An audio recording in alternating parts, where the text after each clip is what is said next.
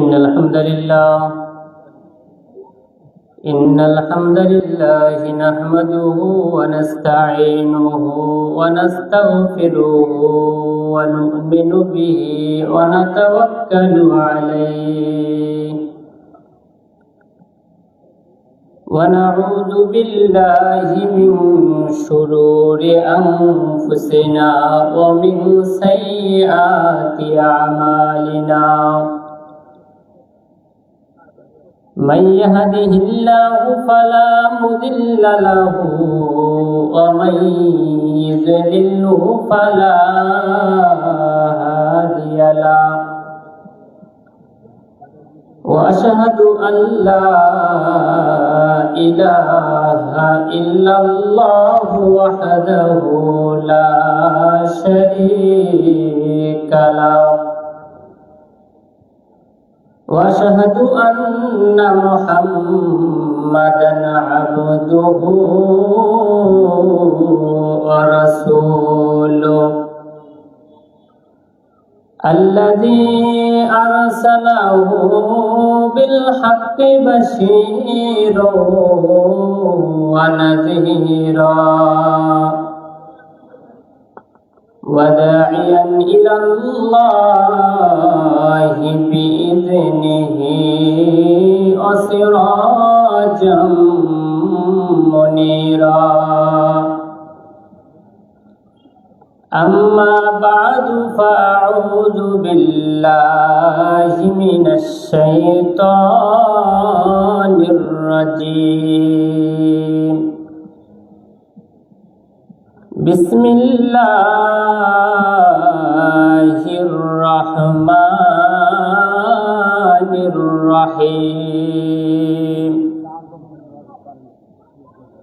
الله الذي خلق 7 سماوات ومن الأرض مثلهن يتنزل الأمر بينهن لتعلموا أن الله على كل شيء قدير وأن الله قد أحاط بكل شيء علما وقال النبي الأمين صلى الله عليه وسلم طلب العلم فريضة على كل مسلم أو كما قال عليه الصلاة والسلام الحمد لله প্রশংসা আল্লাহ সুবহানাহু ওয়া তাআলার জন্য, যিনি আমাদেরকে এইরকম একটি মহতী জলসায় দ্বীনি বৈঠকে বসার সুযোগ করে দিয়েছেন। আল্লাহ সুবহানাহু ওয়া তাআলা নৈকট্য লাভ করার জন্য ব্যবস্থা করে দিয়েছেন, তার জন্য লাখ কোটি শুকরিয়া জ্ঞাপন করছি। আলহামদুলিল্লাহ।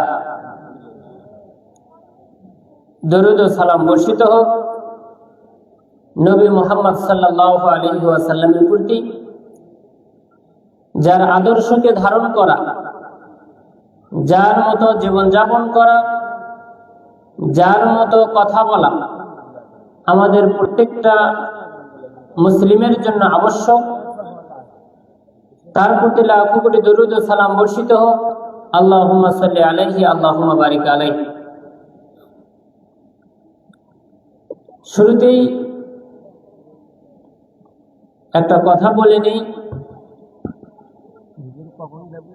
আমাদের সামনে যারা আছেন অথবা পর্দার অন্তরালে মা বোনরা যারা আছেন, এই মহতী জলসায় বসার সৌভাগ্য সবার হয় না। দ্বীনি কাজে অংশগ্রহণ করা সবার কপালে থাকে না। আমরা আলোচনা যা করব ততটুকু গুরুত্ব সহকারে শোনা ততটুকু আমলে বাস্তবায়ন করা, এটা আমাদের জন্য অত্যন্ত জরুরি। কিয়ামত আসতেছে, এলেম উঠে যাচ্ছে, মূর্খতা বাড়তেছে এবং এই মূর্খতা আরো বাড়তেই থাকবে। কোথায় কোন কাজ করতে হয়, কোথায় কোন কথা বলতে হয়, কোথায় কিভাবে চলতে হয়, এই হিতাহিত জ্ঞান মানুষ হারিয়ে ফেলছে, আরো হারিয়ে ফেলবে। অত্যন্ত দুঃখজনক কথা। কালকে শহরে আসতেছিলাম, অটোর সামনে আমি বসা, পেছনে একজন মেয়ে আর একটা ছেলে বসা। তো মেয়েটা বলতেছে যে আগামীকাল মেলা আছে। তো সাধারণত মেলা যদি থাকে তো সবারই তো জানার কথা যে কোথায় মেলা আছে। তো ছেলেটা একটু অবাক হয়ে বলতেছে কোথায় মেলা।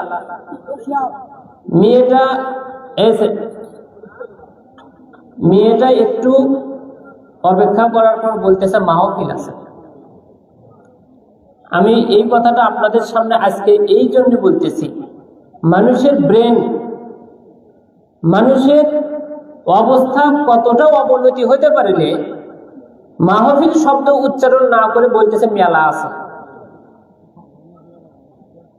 আজকেও খোঁজ নিয়ে দেখেন আশেপাশে যে দোকানগুলো আছে সেই দোকানগুলোতে কত মানুষ আছে, মনে হয় যে কোনোদিন বাদাম খাইনি। আজকে বাদামওয়ালা আসছে, আকাশ দিয়ে যখন হেলিকপ্টার যেমন যায়, প্লেন যায়, প্লেন দেখার জন্য মানুষ যেমন একত্রিত হয়ে দৌড়ে আসে, এ মনে হয় বাদামওয়ালা কোনোদিন দেখিনি, আজকে বাদামওয়ালা আসছে, তাকে খাওয়ার জন্য গেছে। বুটওয়ালা আসছে, জিলেবি খাওয়ার জন্য গেছে। বেহায়া দিনের একটা প্রশ্ন যদি করা হয় উত্তর দিতে পারবে না। সূরা ফাতিহা যদি জানে, শুদ্ধ করে পড়তে পারবে কিনা জানে না। দিনের কোনো বিধিবিধান আছে, জানা আছে, যদি প্রশ্ন করে বলতে পারবে না। স্ত্রীকে কয়বার তালাক দিলে বউ তালাক হয়ে যায়, শত শতবার বউকে তালাক দিয়ে জিনা করতেছে বউয়ের সাথে, জানে না। ও বাদাম খেয়ে বেড়াচ্ছে, ইসলাম জানার জন্য কোনো আগ্রহ নেই। এটা তো মানুষ শয়তান, টাটকা শয়তান। শয়তান তো হাত ধরে ডেকে নিয়ে যায়নি, শয়তান তো ঘাড় ধরে নিয়ে যায়নি, নিজের ইচ্ছাতেই গেছে।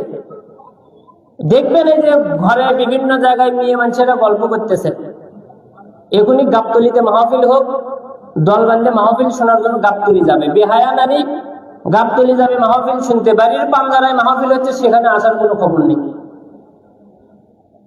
বাড়ির পাশে মাহফিল হচ্ছে, সেই জায়গাতে যদি খবর না থাকে, তাহলে গাবতলিতে যে তুমি মাহফিল শুনতে যাও, এটা মাহফিল শুনতে যাও কি আড্ডা দিতে যাও, এটা বোঝার আর বাকি থাকে?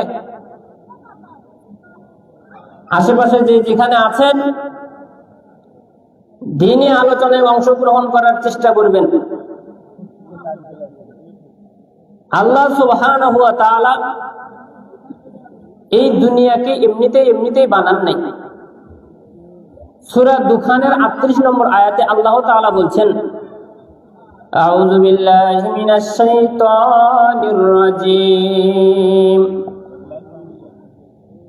ওয়ামা খালাকনাস সামাওয়াতি ওয়াল আরদ ওয়ামা বাইনাহুমা লাঈবিন।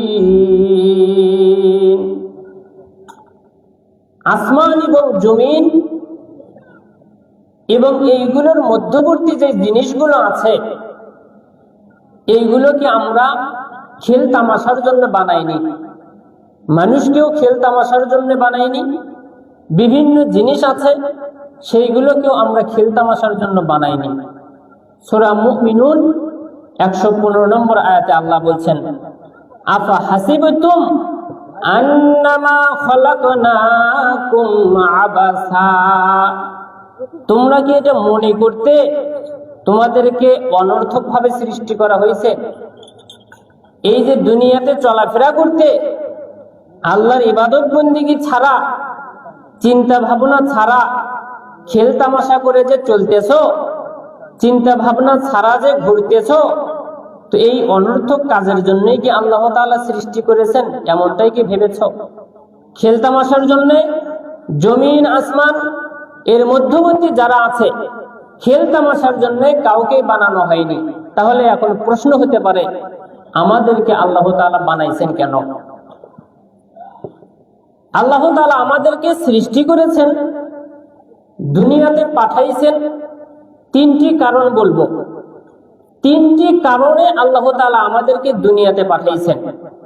এক নম্বর কারণ, জ্ঞান অর্জন করা, ইলম অর্জন করা, দিন সম্পর্কে জানা, আল্লাহ সম্পর্কে জানা। আল্লাহ সুবহানাহু ওয়া তাআলা তিনি বলছেন, আউযু বিল্লাহি মিনাশ শাইতানির রাজীম, আল্লাহুল্লাযী খালাকা সাবআ সামাওয়াতি ওয়া মিনাল আরদি মিসলাহুন্না। আল্লাহ তাআলা তিনি 7 আসমান সৃষ্টি করেছেন। 7 আসমানের মতো 7টা জমিনকেও আল্লাহ তাআলা সৃষ্টি করেছেন। ইয়াতানাজ্জালুল আমরু বাইনাহুন্না, আসমান এবং জমিনে তার বিভিন্ন আদেশ অবতীর্ণ হয়। লিতা'লামু আন্নাল্লাহা আলা কুল্লি শাইইন কাদির, যাতে করে তোমরা জ্ঞান অর্জন করতে পারো আল্লাহ সুবহানাহু ওয়া তাআলা তিনি সব ব্যাপারে শক্তিশালী, তিনি সব ব্যাপারে ক্ষমতাবান। এই জ্ঞানটা যেন তোমাদের থাকে।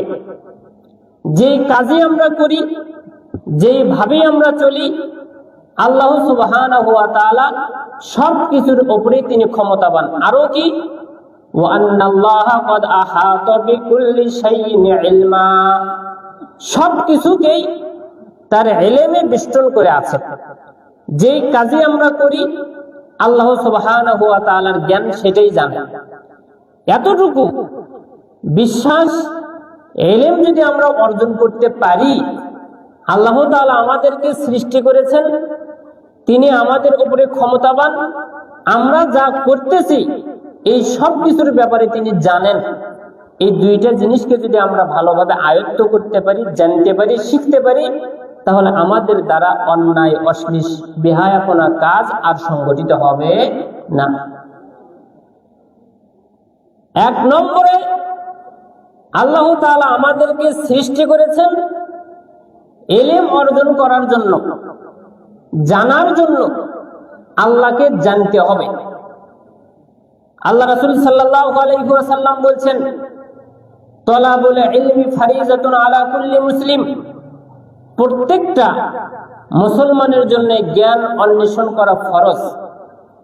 প্রত্যেকটা মুসলমানের জন্য জ্ঞান অন্বেষণ করা ফরজ। কতটুকু ফরজ? যতটুকু করলে তার ইবাদত শুদ্ধ হয়, যতটুকু করলে সে ইবাদত করতে পারে, ততটুকু তার জ্ঞান অর্জন করা ফরজ। আপনি সালাত আদায় করবেন, সালাত আদায় করতে গেলে ওযু করতে হয়, ওযু সম্পর্কে আপনাকে জানতে হবে।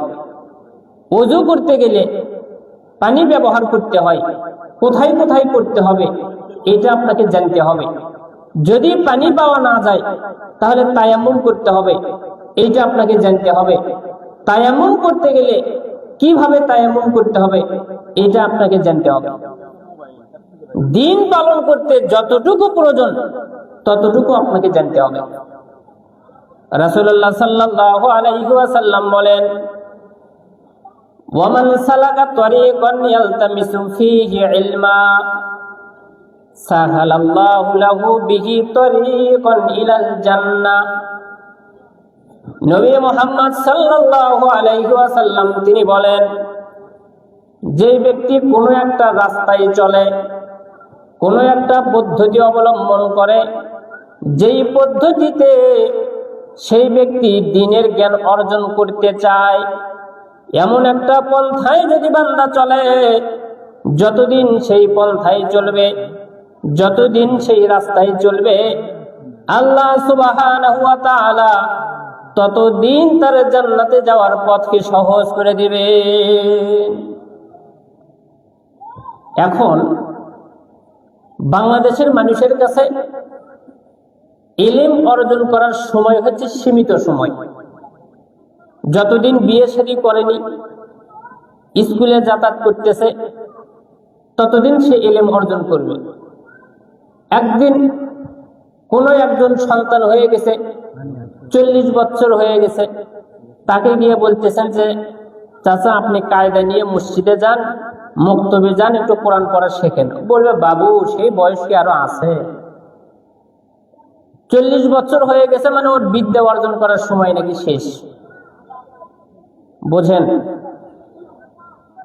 কতজনের বাড়িতে কোরআন তেলাওয়াত হয়, কয়জনের বাড়িতে কোরআন তেলাওয়াত হয়? স্বামী কোরআন তেলাওয়াত করে, নয়তো তার বউ তেলাওয়াত করে, নয়তো তার সন্তানরা করে, নয়তো তার নাতিপুতিরা করে। কয়টা বাড়িতে আছে কোরআন তেলাওয়াতের বাড়ি? ভয়ে কোরআন তেলাওয়াত করা তো দূরের কথা, ভয়ে কোরআনই ধরতে চায় না। ভয়,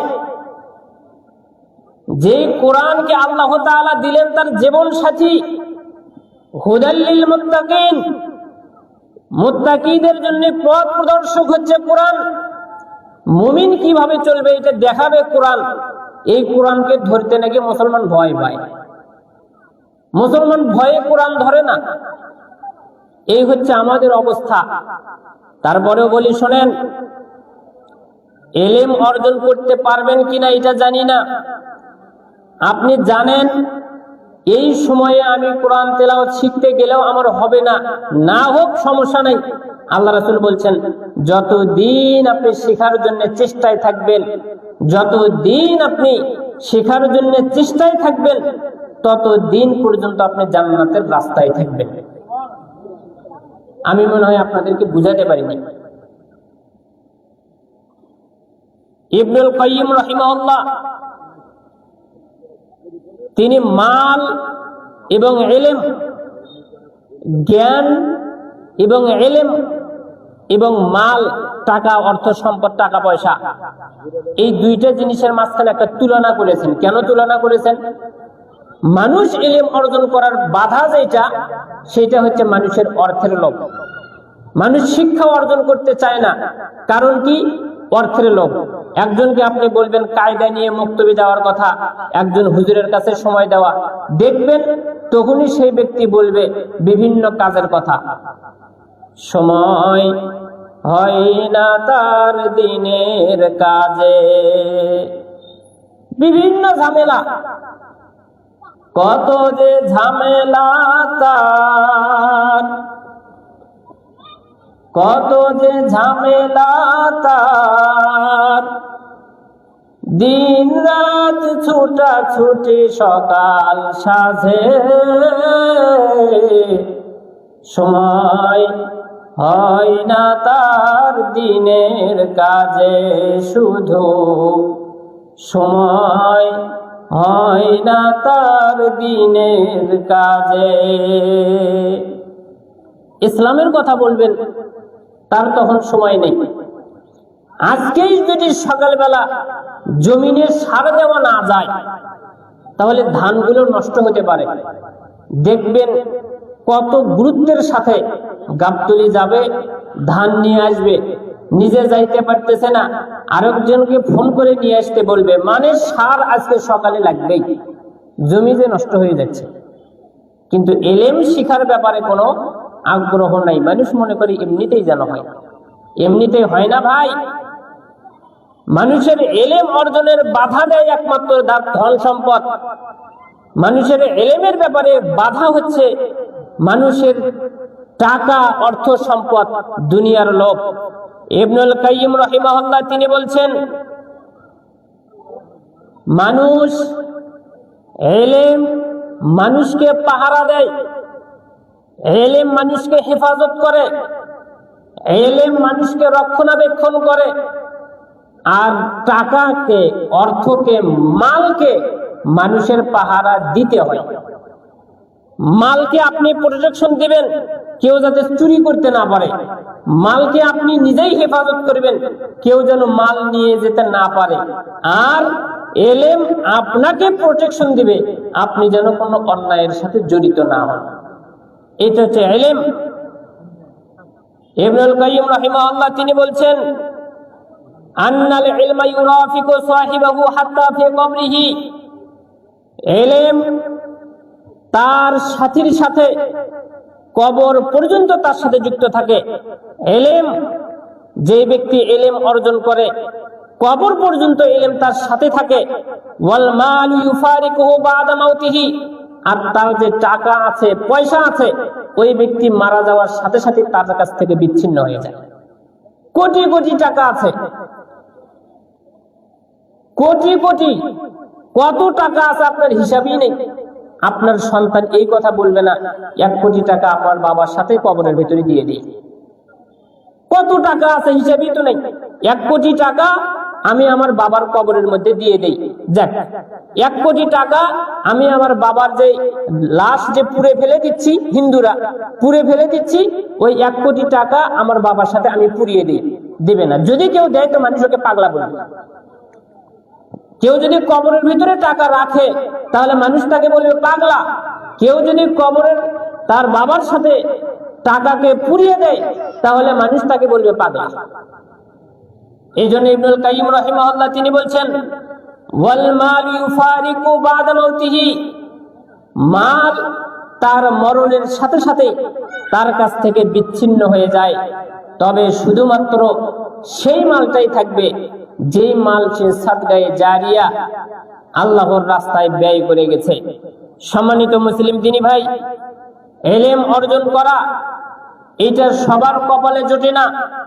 দ্বীনি জ্ঞান অর্জন করা, দ্বীনি জ্ঞান অর্জন করার চেষ্টায় থাকা, এটা সবার কপালে জোটে না।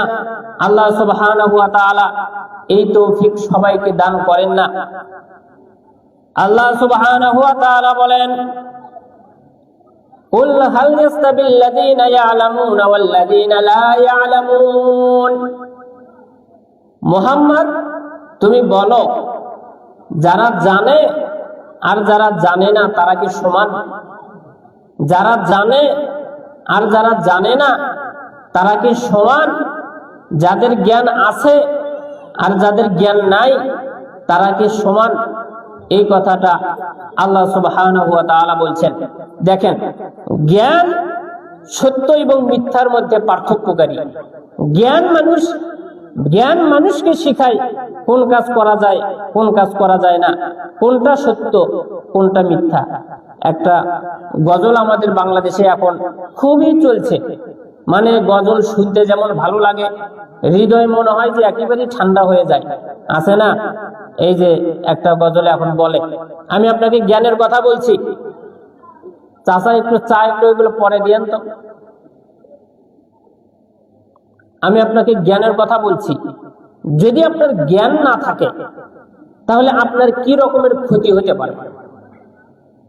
গজল বলে না, হে রাসূল তোমায় ভালোবাসি, অন্তরে শুধুই মুখে না,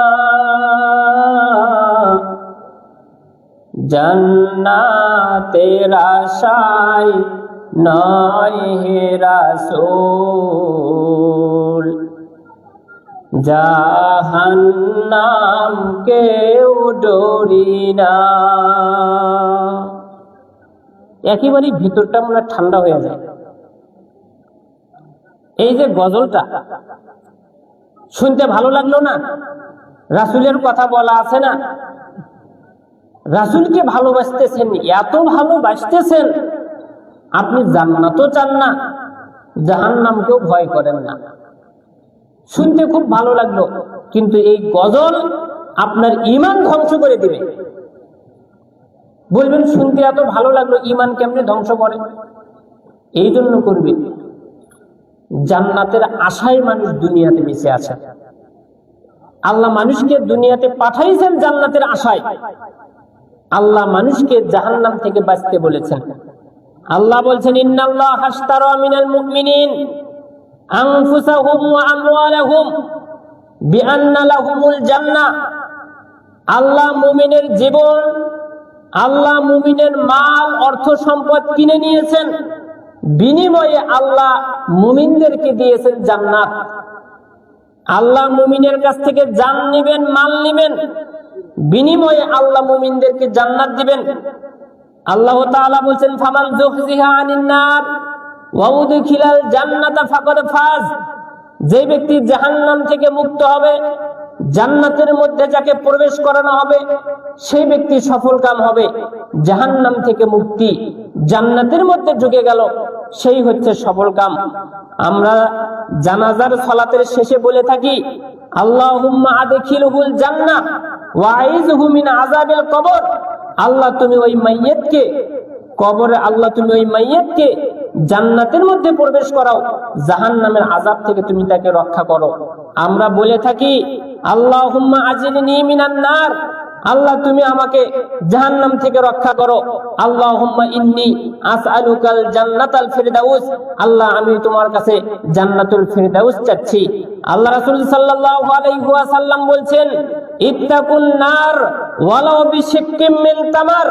জাহান্নাম থেকে তোমরা বাঁচো, যদি তোমরা খেজুরের একটা আটি পরিমাণ কিছু দান করে হলেও তোমরা জাহান্নাম থেকে বাঁচার চেষ্টা করো। পুরো জিন্দেগি, পুরো ইসলামটাই জান্নাতের চেষ্টা করো, জাহান্নাম থেকে বাঁচার চেষ্টা করো। জান্নাতের চেষ্টা করো, জাহান্নাম থেকে বাঁচার চেষ্টা করো। আর গজলের মধ্যে বলা হচ্ছে, আমি জান্নাত চাই না, জাহান্নামকে ভয়ও করি না। আপনি তো এটা বুঝবেন না, এতটুকু জ্ঞান তো আমার ভিতরে নাই। আল্লাহ আমাকে সৃষ্টি করেছেন জান্নাতের জন্য, আল্লাহ আমাকে সৃষ্টি করেছেন জাহান্নাম থেকে মুক্ত হওয়ার জন্য। জাহান্নামের কথা বলতে গিয়ে, জান্নাতের কথা বলতে গিয়ে আল্লাহ রাসূল সাল্লাল্লাহু আলাইহি ওয়াসাল্লাম বলছেন, জান্নাতকে এত নিয়ামতে ভরপুর করা আছে, জান্নাতকে এত সুন্দর করে সাজানো আছে, মানুষের চোখ কোনোদিন দেখেনি, মানুষের কান তার সঠিক বিশ্লেষণ শুনেনি, মানুষের অন্তর জান্নাতের মধ্যে কি আছে এটা উপলব্ধি করতে পারে না, জান্নাতের মধ্যে আছে কি। মানুষের জিন্দেগিটাই জান্নাতের জন্য, মানুষ ইবাদত বন্দেগী করতেছে জান্নাতের জন্য, মানুষ ইবাদত বন্দেগী করতেছে জাহান্নাম থেকে মুক্ত হওয়ার জন্য।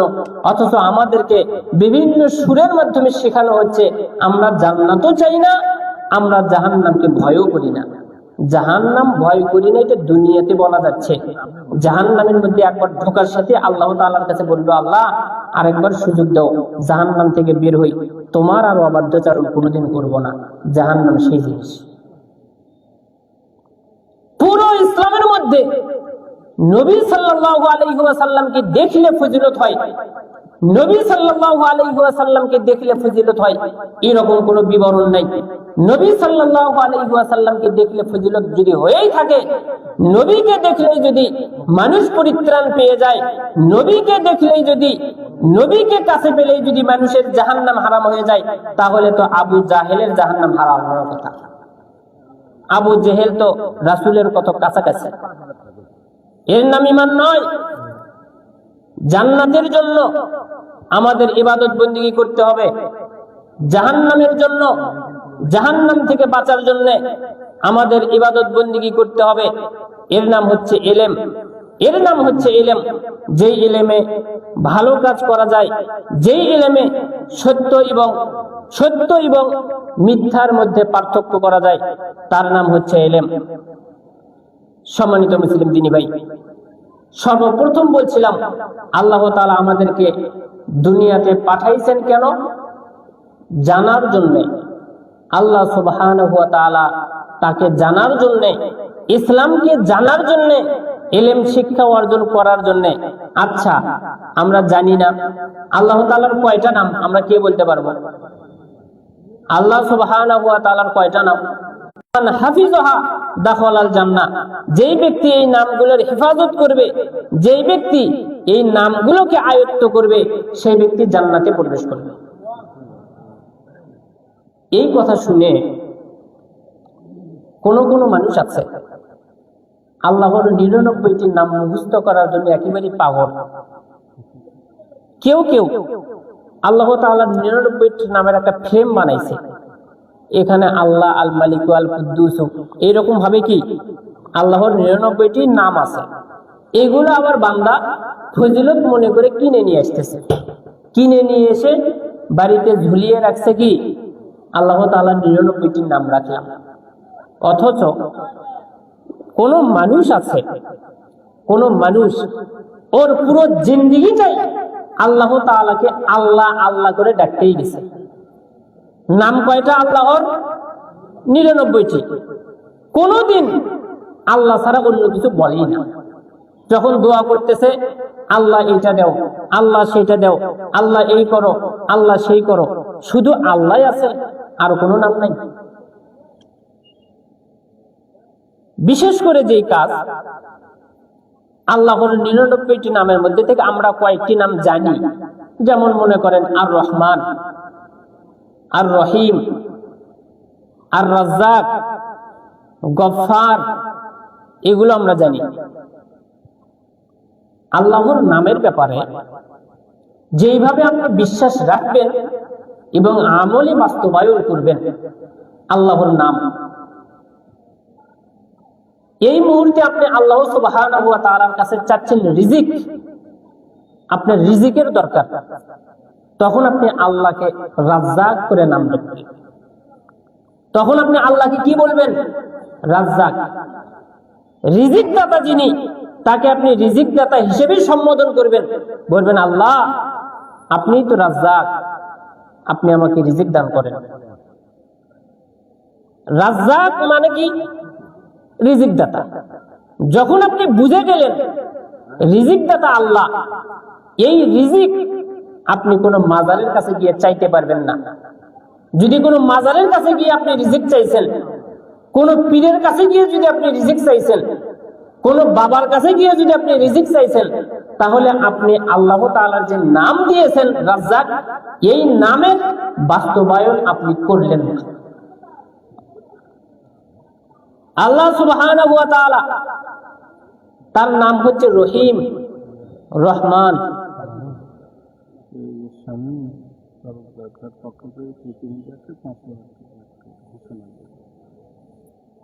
আলহামদুলিল্লাহ, এখানে বিশেষ অতিথি আছেন জনাব মোহাম্মদ শামীম তরফদার, আমেরিকান প্রবাসী। তার একজন প্রতিনিধি আসছেন। তিনি এই দিনী বৈঠকে এবং এই আদর্শ মক্তবের উন্নয়ন করবে তিনি 5,000 টাকা দান করেছেন। আল্লাহ সুবহানাহু ওয়া তাআলা তার দানকে কবুল করে নেক বলে আল্লাহুম্মা আমিন। আল্লাহ সুবহানাহু ওয়া তাআলা তাকে বাহিরে প্রবাসে সুস্থ রাখুন, হেফাজতে রাখুন, দ্বীনের উপরে অটল রাখুন, আল্লাহুম্মা আমিন। তার পরিবারকে ভালো রাখুন, সুস্থ রাখুন, আল্লাহুম্মা আমিন। তার প্রতিনিধি, তার বন্ধু বান্ধব যারা আছে, আল্লাহ সুবহানাহু ওয়া তাআলা তাদেরকেও সুস্থ রাখুন, ইসলামের উপরে দায়েম এবং কায়েম থাকার সব সময় তৌফিক দান করুন, আল্লাহুম্মা আমিন। যেই কথা বলছিলাম, আল্লাহ সুবহানাহু ওয়া তাআলা তিনি হচ্ছেন রহমান, তিনি হচ্ছেন রহিম। এই মুহূর্তে আপনি আল্লাহ তাআলার দয়া চান, আপনি দয়া চাচ্ছেন, তাহলে আপনি এখন আল্লাহকে কি বলবেন? আল্লাহ আপনি তো রহমান, আপনি তো রহিম, আপনি আমাকে দয়া করেন। আপনি রহমান, আপনি যদি আমাকে দয়া না করেন তো আমাকে দয়া করবে কি? আপনি আমাকে দয়া করেন। আল্লাহ সুবহানাহু ওয়া তাআলা তিনি হচ্ছেন গফফার। গফফার মানে ক্ষমাকারী, যিনি ক্ষমা করেন। আপনি একটা দোষ করেছেন, একটা ভুল করেছেন, আপনি তখন আল্লাহ সুবহানাহু ওয়া তাআলার কাছে বলবেন আল্লাহ আপনি হচ্ছেন গফফার, আপনি আমাকে ক্ষমা করে দিন, আপনি আমাকে মাফ করে দিন। আপনার প্রত্যেকটা কর্মের সাথে আল্লাহ তাআলার একটা করে সুন্দর নাম আছে। যেই অপরাধ করবেন, যেটাই করবেন, সাথে সাথে ওইটার মাধ্যমে আল্লাহ তাআলার কাছে ক্ষমা চাইবেন, আল্লাহ তাআলাকে ওই নামে ডাকবেন। এটা হচ্ছে আল্লাহ তাআলার সুন্দর নামগুলোর বাস্তবায়ন। এবং প্রত্যেকটি কাজের সাথে বান্দার কর্মের মিল আছে। যেমন রহমান, আল্লাহ তাআলা চান বান্দা যেন একজন আরেকজনকে দয়া করে, বান্দা একজন যেন আরেকজনকে দয়া করে, কারণ তিনি দয়াময়। আল্লাহর নাম সিত্তির, গোপনকারী। আল্লাহ তাআলা পছন্দ করেন কোন বান্দা যদি কোন দোষ করে, আরেক বান্দা যদি সেটা দেখে, সে যেন তার সেটা যেন গোপন রাখে। তিনি পছন্দ করেন দোষ গোপন রাখা। আল্লাহ তাআলা গফফার, তিনি পছন্দ করেন একজন যেন আরেকজনকে ক্ষমা করে দেন। আল্লাহ তাআলার যে নাম, এই নামগুলোর সাথে বান্দার কর্মের মিল আছে। নামগুলো যেমন আল্লাহ তাআলা বান্দার এই রকম আমল পছন্দ করেন, সুতরাং দয়াময়ের বান্দা আমরা মানুষদেরকে দয়া করব, গফফারের বান্দা আমরা মানুষকে আমরা ক্ষমা করব, রাজ্জাকের বান্দা আমরা মানুষের রিজিকের জন্য আমরা সহজ হয়ে যাব, মানুষের রিজিকের জন্য আমরা সাহায্য সহযোগিতা করব। সিত্তির আল্লাহর বান্দা আমরা মানুষের দোষ ত্রুটি আমরা গোপন রাখার চেষ্টা করব, প্রকাশ করার চেষ্টা করব না।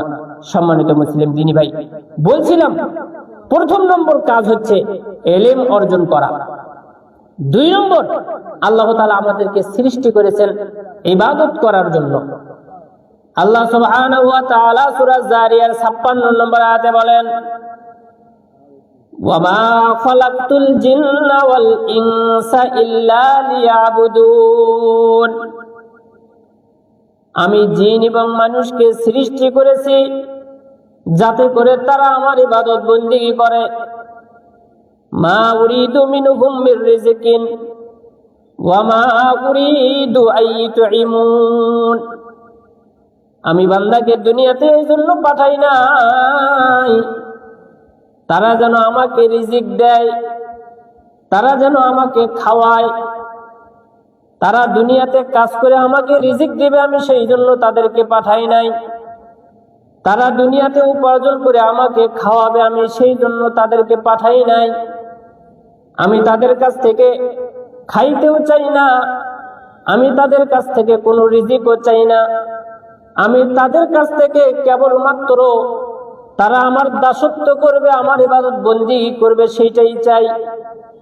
রিজিক আমি কেন চাই না, খাইতে আমি কেন চাই না? ইন্নাল্লাহা হুয়ার রাজ্জাকু যুল কুওয়াতিল মাতিন, কেননা আল্লাহ তিনি হচ্ছেন রিজিক দাতা। দুনিয়াতে যেই বান্দারা থাকে, দুনিয়াতে যেই মাখলুকাত থাকে, দুনিয়াতে বসবাসকারী যারা আছে, দুনিয়ার নিচে যারা আছে, জমিনের নিচে যত মানুষের রিজিকের প্রয়োজন, আমি আল্লাহ তাদেরকে রিজিক দান করে থাকি। আমি হচ্ছে ক্ষমতাশীল, আমি হচ্ছি মহাশক্তিমান। রিজিকের দরকার আমার নাই, আমার শুধু দরকার বান্দার কাছ থেকে ইবাদতের। ইল্লা লিয়াবুদুন, আমার ইবাদত করবে আমি সেটা চাই। এই ইবাদতের অর্থ আল্লাহ যত জায়গায় বলেছেন উবুদুল্লাহ, তোমরা আল্লাহর ইবাদত করো, তারা যেন আমার ইবাদত করে, এই জায়গাতে 2টা অর্থ। এক, যদি কোনো ব্যক্তি শিরিক করে, শিরিক করা ব্যক্তিদের জন্য এখানকার তাফসীর হচ্ছে লিয়াবুদুন অর্থাৎ লিইউহিদুন, শিরিক যারা করে তাদের জন্য আদেশ হচ্ছে তারা যেন আমার তাওহীদ প্রতিষ্ঠা করে, অর্থাৎ শিরিক যেন না করে। আর যেই ব্যক্তিরা শিরিক করে না তাদের জন্য আল্লাহর আদেশ হচ্ছে তারা যেন ইবাদত বন্দেগী করে। কারণ ইবাদত বন্দেগী করার আগে সে যদি শিরিকে লিপ্ত থাকে তাহলে তার শিরিকের কারণে ইবাদত বন্দেগী আল্লাহর কাছে কবুল হবে না। শিরিক কি? শিরিক হচ্ছে যেই কাজ আল্লাহর জন্য সেটা মানুষের জন্য করা। সন্তান দেওয়ার মালিক কে? আল্লাহ। এই সন্তান যদি আপনি অন্য কারো কাছে চাইতে গেছেন তাহলে এর নাম হবে শিরিক।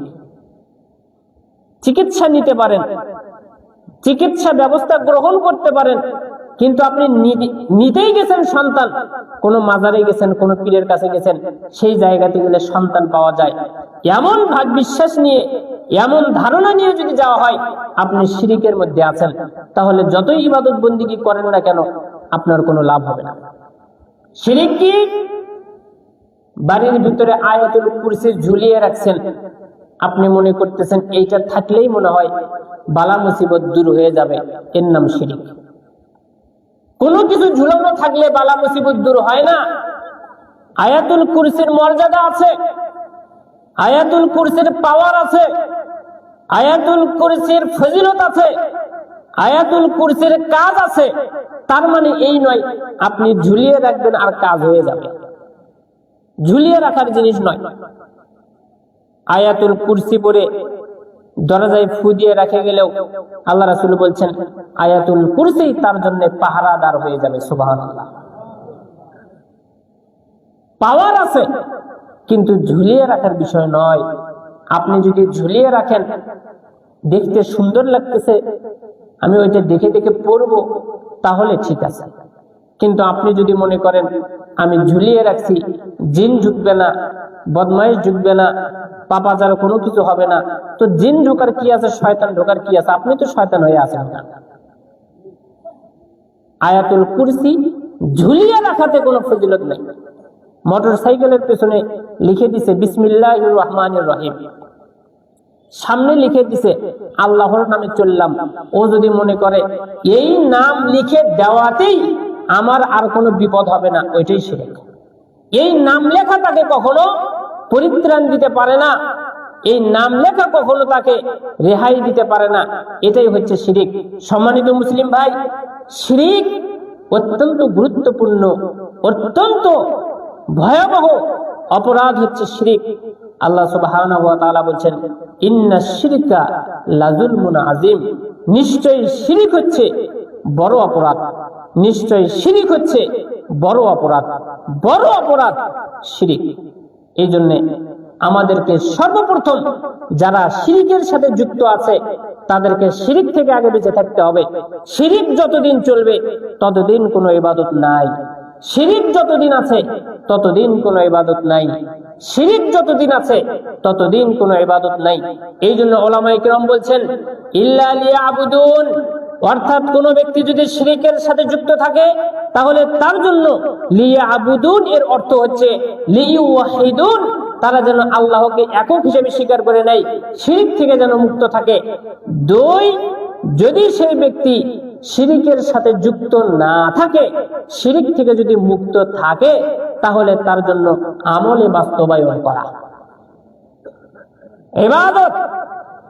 আল্লাহ তাআলা আমাদেরকে সৃষ্টি করেছেন ইবাদত করার জন্য। আচ্ছা, ইবাদত কি? আমরা যখনই ইবাদতের কথা বলি, ইবাদতের কথা বলাতেই আমাদের মাথার মধ্যে এসে বাড়ি খায় নামাজ, রোজা, হজ, যাকাত, সিয়াম। এটা হচ্ছে কি? ইবাদত। এই কথা যখন আমরা বুঝে নিছি, নামাজ, রোজা, হজ, যাকাত, আরেকটা কি আছে? নামাজ রোজা তো বললাম, রোজাই তো সিয়াম। ও আরেকটা হচ্ছে এই পাঁচটার মধ্যে ওই যে সাক্ষ্য দেওয়া একটা আছে। তো যাই হোক, নামাজ, রোজা, হজ, যাকাত মানুষ মনে করে এইগুলোই হচ্ছে ইবাদত। এটার নাম ইবাদত নয়। অনেক ইবাদত আছে, আপনি জানেনই না আপনার ইবাদত কি কি। রাসূলুল্লাহ সাল্লাল্লাহু আলাইহি ওয়াসাল্লাম বলছেন আযাবাল লিআমরিল মুমিন, যে মুমিনের কাজগুলো আশ্চর্যজনক। আল্লাহুম্মা ইন্নী আউযু বিকা মিনাল খুবসি ওয়াল খাবাইস, সুন্নাত পালন করে বাথরুমে গেছেন, পেশাব করতেছেন, ওইটাতেও নাকি। আমি মনে হয় আপনাকে বুঝাতে পারিনি। বুঝাতে পারছি কি? যদি বুঝাতে পারেন, ইসলাম যে এত বড় একটা সুযোগ দিছে, এতে খুশি নন আপনারা? তা আলহামদুলিল্লাহ কেন বলেন? মান্দা যখন আল্লাহুম্মা ইন্নী আউযু বিকা মিনাল খুবসি ওয়াল খাবাইস বলে যখন বাথরুমে যায়, বাথরুমে যাওয়ার পর পেশাব করতেছে, কিন্তু সে তখনও নেকির মধ্যেই আছে। সুবহানাল্লাহ। ঘুমিয়ে গেছেন। রাসূলুল্লাহ সাল্লাল্লাহু আলাইহি ওয়াসাল্লাম বলছেন ইশার সালাত জামাতের সাথে আদায় করলো, আবার ফজরের সালাত জামাতের সাথে আদায় করলো। ইশার সালাত জামাতে, ফজরের সালাত জামাতে, দুই সালাত জামাতের সাথে আদায় করলো। ইশার সালাত পরেই ঘুমিয়ে গেছে, কোনো কথা নাই, কোনো নামাজ নাই, আর কোনো জিকির নাই, কোনো তিলাওয়াত নাই, কিচ্ছু নাই, ঘুমিয়ে গেছেন। ফজর বেলা আজান হয়ে গেছে, ইমামের সাথে এসে সালাত আদায় করলেন। সালাত আদায় করলেন ইশার সময়, সালাত আদায় করলেন ফজরে। মাঝখানে আপনি 8 ঘন্টা ঘুমাইছেন। আল্লাহ রাসূল বলছেন 8 ঘন্টা এই ব্যক্তি সালাত আদায় করেছে। এই যে ঘুমাইছে, ঘুমালে তো নেকি নেই, এই যে ঘুমাইছে, এই ঘুমানোর মধ্যেও এই সালাত আদায় করেন, নেকি পেতেই আছে। আল্লাহ রাসূল বলছেন মুমিনের বিষয়গুলো নিয়ে অবাক করার মতো। মুমিনের পুরোটাই হচ্ছে কল্যাণ। আল্লাহ রাসূল সাল্লাল্লাহু আলাইহি ওয়াসাল্লাম বলেন, ওয়ালাইসা যাকা লি আহাদিন ইল্লা লিল মুমিন। মুমিন ছাড়া এই সুবিধা কেউ পায় না, মুমিন ছাড়া এই মর্যাদা আর কারো নাই। আল্লাহ রাসূল আরো বলছেন, ইন আসাবাতহু সাররা, খুশি করার মতো কোনো বিষয় যদি তার কাছে আসে, আল্লাহ আপনাকে একটা সন্তান দান করেছেন, সন্তান দিবেন আল্লাহ, সন্তানই তো অনেক। আল্লাহ রাসূল বলছেন শাকার, সন্তান পাওয়ার পরে, আনন্দের কোনো কিছু ঘটার পরে যখন সেই ব্যক্তি শুকরিয়া আদায় করে, ফাকানা খায়রান লাহু, তার জন্য কল্যাণ করে, নেকি লিখে দেওয়া হয়। সুবহানাল্লাহ।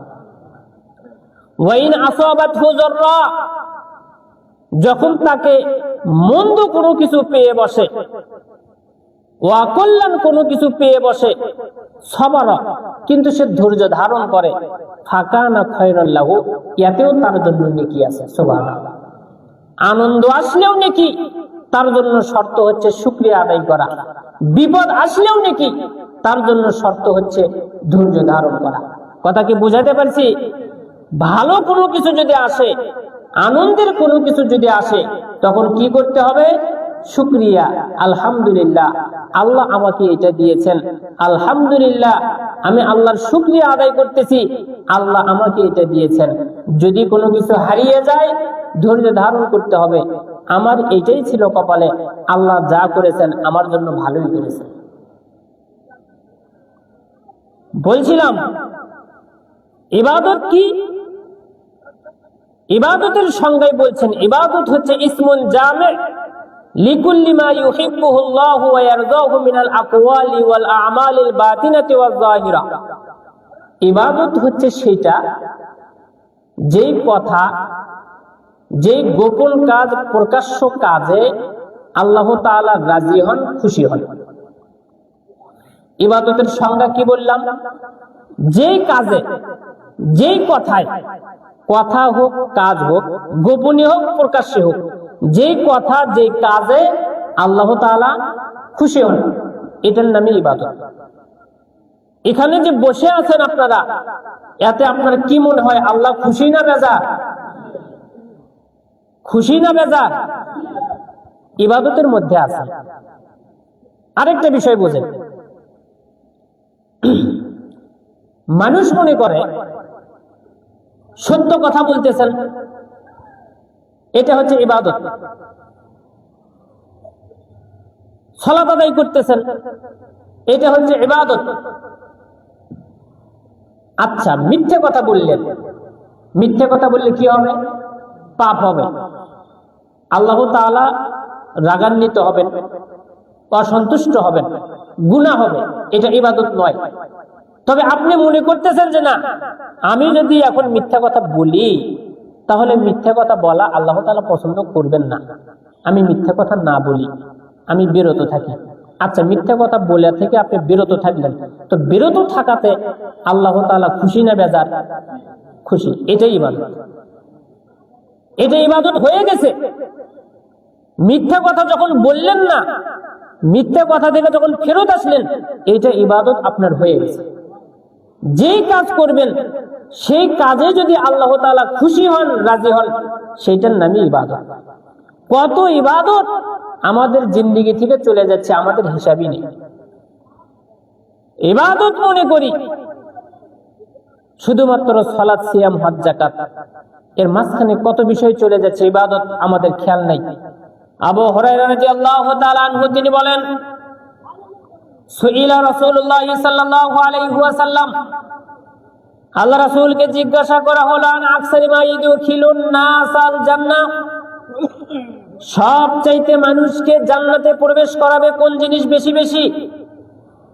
জান্নাতে প্রবেশ করাবে কি সবচাইতে বেশি প্রবেশ করাবে মানুষকে? আল্লাহ রাসূল বলছেন, তাকওয়াল্লাহি ওয়া হুসনুল খুলুক, আল্লাহর ভয় মানুষকে জান্নাতে প্রবেশ করাবে, সুন্দর চরিত্র মানুষকে জান্নাতে প্রবেশ করাবে। ওয়া সুইলা আন আকসারি মা ইদখিলুন নাস আন নার, আল্লাহ রাসূলকে জিজ্ঞাসা করা হলো জাহান্নামে প্রবেশ করাবে বেশি বেশি কি? আল্লাহ রাসূল বলছেন, আল ফাম ওয়াল ফারাজু, মুখ লজ্জাস্থান, মুখের অসৎ ব্যবহার, লজ্জাস্থানের অসৎ ব্যবহার, লজ্জাস্থানের হেফাজত না করা, মুখের হেফাজত না করা জাহান্নামে বেশি বেশি নিয়ে যাবে। মুখের হেফাজত কি? আব্দুল্লাহ ইবনে মাসউদ রাদিয়াল্লাহু তাআলা আনহু তিনি বলেন, রাসূলুল্লাহ সাল্লাল্লাহু আলাইহি ওয়াসাল্লাম বলেন, আলাইকুম বিসিদকি, সাহাবীরা, উম্মতেরা, তোমাদের উপরে আবশ্যক হচ্ছে সত্যবাদী হওয়া, সত্যকে গ্রহণ করা তোমাদের জন্য আবশ্যক। ফাইন্না সিদকা ইয়াহদি ইলাল বিররি, সত্য কথা, সৎ কাজ, সত্যবাদিতা সৎ কাজের দিকে নিয়ে যায়। ওয়া ইন্নাল বিররা ইয়াহদি ইলাল জান্নাহ, সৎ কাজ জান্নাতের দিকে নিয়ে যায়। ওয়া মা ইয়াজালুর রাজুলু ইয়াসদুকু ওয়া ইয়াতাহাররা সাদকা, কোন ব্যক্তি সত্য বলতেই থাকে, সত্য অন্বেষণ করতেই থাকে, সত্য ছাড়া কোনো কিছু বোঝে না। হাত্তা ইউকুতাবা ইনদাল্লাহি সিদ্দিকা, সত্য অন্বেষণ করতেই থাকে, এমন সময় আল্লাহ তাআলার কাছে তার নামটা সিদ্দিক হিসেবে লেখা হয়ে যায়। সুবহানাল্লাহ। রাসূলুল্লাহ সাল্লাল্লাহু আলাইহি ওয়াসাল্লাম বলেন, ওয়া ইয়্যাকুমাল কিযবা, উম্মতেরা, সাহাবীরা, মিথ্যা থেকে বেঁচে থাকা তোমাদের জন্য আবশ্যক। ফাইনাল কিযবা ইয়াহদি ইলাল ফুজুর, কেননা মিথ্যা পাপ কাজের দিকে নিয়ে যায়, মিথ্যা অশ্লীল কাজের দিকে নিয়ে যায়। ওয়া ইন্নাল ফুজুরা ইয়াহদি ইলান নার, অসৎ কাজগুলো, পাপ কাজগুলো, অশালীন কাজগুলো জাহান্নামের দিকে নিয়ে যায়। ওয়া মা ইয়াজালুল আবদু ইয়াকযিবু ওয়া ইয়াতাহাররাল কিযবা, কোন ব্যক্তি মিথ্যা কথা বলতেই থাকে, মিথ্যার পেছনে লেগেই থাকে, হাত্তা ইউকুতাবা ইনদাল্লাহি কাযযাবা, এমন সময় তার নামটা আল্লাহর কাছে কাযযাব হিসেবে লেখা হয়ে যায়। নাউযুবিল্লাহ। আমরা সত্যবাদী হতে চাই, মিথ্যাবাদী হতে চাই না। সত্য বলা এতটাই জরুরি, সত্য বলা এতটা গুরুত্বপূর্ণ। সমাজে অশান্তি সৃষ্টির মূল হচ্ছে মিথ্যা কথা বলা। সমাজে অশান্তি সৃষ্টির প্রধান হচ্ছে জবানকে হেফাজত না করা। সমাজে অশান্তির প্রধান কাজ হচ্ছে জবানকে হেফাজত না করা।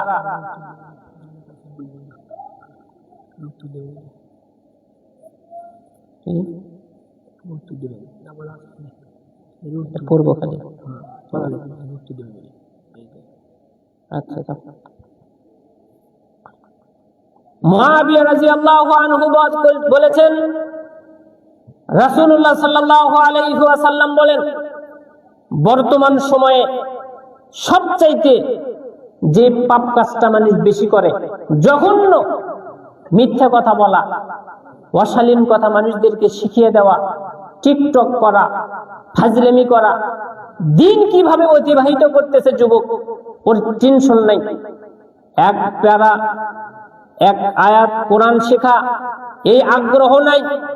ওই একটা অশালীন ভিডিও বানাবে কিভাবে, ওর সেই টেনশন। ঠান্ডার মধ্যে মক্তবে যেতে পারে না কোরআন তেলাওয়াতের জন্য, ঠান্ডার সময় হুজুরের কাছে যেতে পারে না কোরআন তেলাওয়াত করার জন্য। বয়স হয়ে গেছে, লজ্জা লাগে নাকি মক্তবে যেতে, মাদ্রাসায় যেতে নাকি লজ্জা লাগে। এই বেহায়া লোক আবার নাচানাচি করে, মানুষের সামনে টিকটক করে, কি এমন কথা বলে, কথা বলার পরে হাসাহাসি করে, কোমর ঢুলে ঢুলে নাচে। মহিলাগুলোও তাই। ইজ্জত দিয়েছেন আল্লাহ তাআলা ঢেকে রাখার জন্য, এর সুন্দর ব্যবহার করার জন্য। বেহায়া অসভ্য লোকগুলো কোমর দুলিয়ে দুলিয়ে নাচে, বিভিন্ন ভাবে হাসাহাসি করে, যে হাসাহাসির কোনো প্রয়োজন নাই। এমনিতেই মিথ্যা কথা বলে সমাজ আজকে অশালীনতায় ভরপুর করে ফেলে দিছে। মুআবিয়া রাদিয়াল্লাহু তাআলা আনহু তিনি বলছেন, রাসূল সাল্লাল্লাহু আলাইহি ওয়াসাল্লাম বলেছেন, ওয়াইলুল লিল্লাযী ইউহাদ্দিসু ফায়াকযিবু, যে ব্যক্তি কোনো কথা বলে এবং কথা বলার পরে মিথ্যা বলে, সেই মিথ্যাটা এই জন্য বলল লিইউযহিকা বিহিল কওমা, সে তার কোন কওমকে হাসাতে চায়, কোন মানুষকে আনন্দ দিতে চায়। এই আনন্দ দিতে গিয়ে মিথ্যা কথা বলে। আল্লাহ রাসূল সাল্লাল্লাহু আলাইহি ওয়াসাল্লাম হাদিস শুরুর পূর্বেই তিনি বলেছেন, ওয়াইলুল, তার জন্য হচ্ছে দুর্ভোগ, তার জন্য হচ্ছে জাহান্নাম। হাদিস শেষের পর আবারও তার জন্য দুর্ভোগ, তার জন্য ধ্বংস, অতঃপর আবারও তার জন্য ধ্বংস, যেই ব্যক্তি মানুষকে হাসানোর জন্য মিথ্যা কথা বলে। আর আমাদের জন্য এটা সাধারণ একটা ব্যাপার। হুট করে একটা কথা বললো, কথা বলার পরে তার ঘাড়ে দুইটা চড় দিয়ে বলতেছে, আরে ফাজলামি করে বললাম। লজ্জা থাকা দরকার। রাসূল সাল্লাল্লাহু আলাইহি ওয়াসাল্লাম বলেন, লাউ তা'লামুনা মা আ'লামু লা বাকাইতুম কাসীরা ওয়া লা যাহিকতুম কলিলা। আমি মুহাম্মদ যা জানি তোমরা যদি তাই জানতে, তাহলে তোমরা বেশি বেশি করে কান্না করতে, অল্প অল্প করে তোমরা হাসতে। আমাদের জীবনটা হাসিতে ভরপুর হয়ে গেছে। আমাদের জীবনে এত আনন্দ, আমাদের জীবনে এত উল্লাস, আমাদের জীবনে এত মজা, এই রকম মজা মনে হয় ও আর কোনোদিন পাবে না। একজন মেয়ে আরেকজন ছেলে, দুইজনের ছবি তুলে ছেড়ে দিছে। একজন ছেলে একদিন একটা মেয়ের সাথে, আরেকদিন আরেকটা মেয়ের সাথে, আরেকদিন আরেকটা মেয়ের সাথে ছবি তুলে ছেড়ে দিচ্ছে। এখানে গিয়ে একজন বলতেছে, জীবন তুই এনজয় করবি। চিন্তা ভাবনা কি? বেগানা নারীর সাথে বিভিন্ন ভাবে ছবি তুলে ছেড়ে দিচ্ছে। আরেকজন মুসলমানের সন্তান বলছে যে জীবন তুই উপভোগ করবি। কত উৎসাহ! মানে এই জীবন আর পাচ্ছে না, এর খুব আফসোস হচ্ছে। বিভিন্ন জায়গায় মানুষ ছবি তুলে ছেড়ে দিচ্ছে। বাংলাদেশ থেকে অনেকে বলতেছে আমেরিকা যেতে পারলে আমাদের জীবনটা ধন্য হয়ে যেত, ওখানে তো ফ্রি মাইন্ডে সবার সাথে চলাফেরা করা যায়। আমেরিকায় গেলে নাকি ওর জীবন নাকি সার্থক হয়ে যেত। কোন একজন মেয়ে ছবি তুলে ছেড়ে দিছে, পুরুষ মানুষ সেই দিকে সুন্দর করে তাকিয়ে আছে আর বলতেছে যে আমি তোমার উপরে ক্রাশ খেয়ে গেলাম, ক্রাশ। আল্লাহ রাসূল বলছেন চোখের যে না, ও বলে ক্রাশ। মেয়েগুলো সেইভাবেই তুলে দিচ্ছে যে আমাকে দেখে মানুষ যেন ক্রাশ খায়। কে কে আমার উপরে ক্রাশ খাইছো? এটাই হচ্ছে এখনকার মুসলমান। এইভাবেই চলছে। এগুলো করতে লজ্জা লাগে না? কোরআন শিখতে লজ্জা লাগে, হুজুরের কাছে পড়তে লজ্জা লাগে, সন্তানকে কোনো কিছু বলতে গেলে লজ্জা লাগে। বলতেছে যে আপনার সন্তান সালাত আদায় করে, বলতেছে যে না এখনো সালাত আদায় করে না। বলতে বলেন না সালাতের কথা, কি বলি লজ্জার কথা, কতই আরো বলি, বলতে বলতে নিজেকেই লজ্জা লাগে। বাপের কথা, সন্তানকে সালাতের কথা বলতে বলতে ওর নিজেরই নাকি লজ্জা লাগে। রাস্তায় বসে আবার সিগারেট খাচ্ছে, ওইটা লজ্জা লাগে। জমির আইল কাটে একেবারেই অর্ধেক করে দিছে, ওর উপর দিয়ে রাস্তা দিয়ে আর হাঁটা যাচ্ছে না, ওর লজ্জা লাগে না। টাকনুর নিচে কাপড় পরে ঘুরতেছে, সেইটার লজ্জা লাগে না। বুড়া হয়ে গেছে, কবরে চলে যাচ্ছে, এখন দাড়ি কাটে এখনো, ওইটার লজ্জা লাগে না। সন্তানকে সালাতের কথা বলবে, ও বলতে বলতে আর বলতে পারে না, বলতেই নাকি ওর এখন লজ্জা লাগে। এ হচ্ছে মুসলমান। সর্বপ্রথম বললাম আল্লাহ তাআলা আমাদেরকে দুনিয়াতে পাঠাইছেন এক, ইলম অর্জন করার জন্য, যেই ইলমে ইসলাম পালন করা যায়, যেই ইলমে আল্লাহ তাআলাকে জানা যায়। দুই, আল্লাহ তাআলা আমাদেরকে সৃষ্টি করেছেন এই জন্য তার ইবাদত বন্দেগী করার জন্য। শিরক যে ব্যক্তি করবে তাকে আগে শিরক ছাড়তে হবে, শিরক যে করবে না সেই ব্যক্তি আল্লাহ তাআলার ইবাদত বন্দেগী করবে।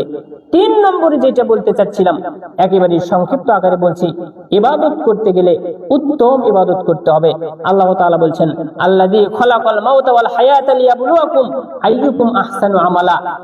ইলম অন্বেষণ করে আমল করবা, আমলটা সঠিক হচ্ছে কিনা এইটা পরীক্ষা করার জন্য আল্লাহ তাআলা আমাদেরকে সৃষ্টি করেছেন। কে সৎ আমল করতে পারে, উত্তম আমল করতে পারে। উত্তম আমলের কাজ হচ্ছে দুইটা, আল ইখলাসু লিল্লাহ, আল্লাহ তাআলার সন্তুষ্টির জন্য করতে হবে। দুই, আল মুতাবাআতু লিরাসূলিল্লাহি সাল্লাল্লাহু আলাইহি ওয়াসাল্লাম, আল্লাহ রাসূল সাল্লাল্লাহু আলাইহি ওয়াসাল্লামের দিক নির্দেশনা অনুযায়ী আনুগত্য করে ইবাদত করতে হবে। তাহলেই দেখা যাবে আমাদের আমলের মধ্যে কোনো সমস্যা থাকবে না, বিদআত মুক্ত আমল হবে, শিরক মুক্ত আমল হবে। আল্লাহ সুবহানাহু ওয়া তাআলা আমাদেরকে যেন সেই তৌফিক দান করেন, বলে আল্লাহুম্মা আমিন।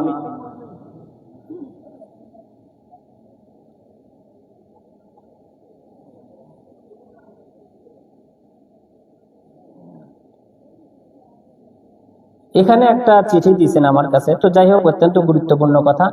তো আমি এই চিঠিটা আমাদের যে দ্বিতীয় আলোচক আছেন আমি তার কাছে বলবো, যেহেতু সময়ের ব্যাপার আছে। তো আমি এই ব্যাপারে আর কথা বলতে চাচ্ছি না। আল্লাহ সুবহানাহু ওয়া তাআলা আমাদের সকলকেই কবুল করে নেক বলে আল্লাহুম্মা আমিন। আল্লাহ আমাদের যে আলোচনার মধ্যে ভুল ত্রুটি হয়ে থাকে আল্লাহ তুমি সেইগুলোকে ভুলে দিয়ে সঠিকগুলো আমাদের আমলে বাস্তবায়ন করার তৌফিক দান করো, আল্লাহুম্মা আমিন। আল্লাহ তোমার দ্বীনের খালিস বান্দা হিসেবে আমাদেরকে কবুল করে নাও, তোমার নবীর খাঁটি উম্মত হিসেবে আমাদেরকে কবুল করে নাও, আল্লাহুম্মা আমিন। ওয়া আখিরু দাওয়ানা আলহামদুলিল্লাহি রাব্বিল আলামিন। আসসালামু আলাইকুম ওয়া রাহমাতুল্লাহি ওয়া বারাকাতুহু।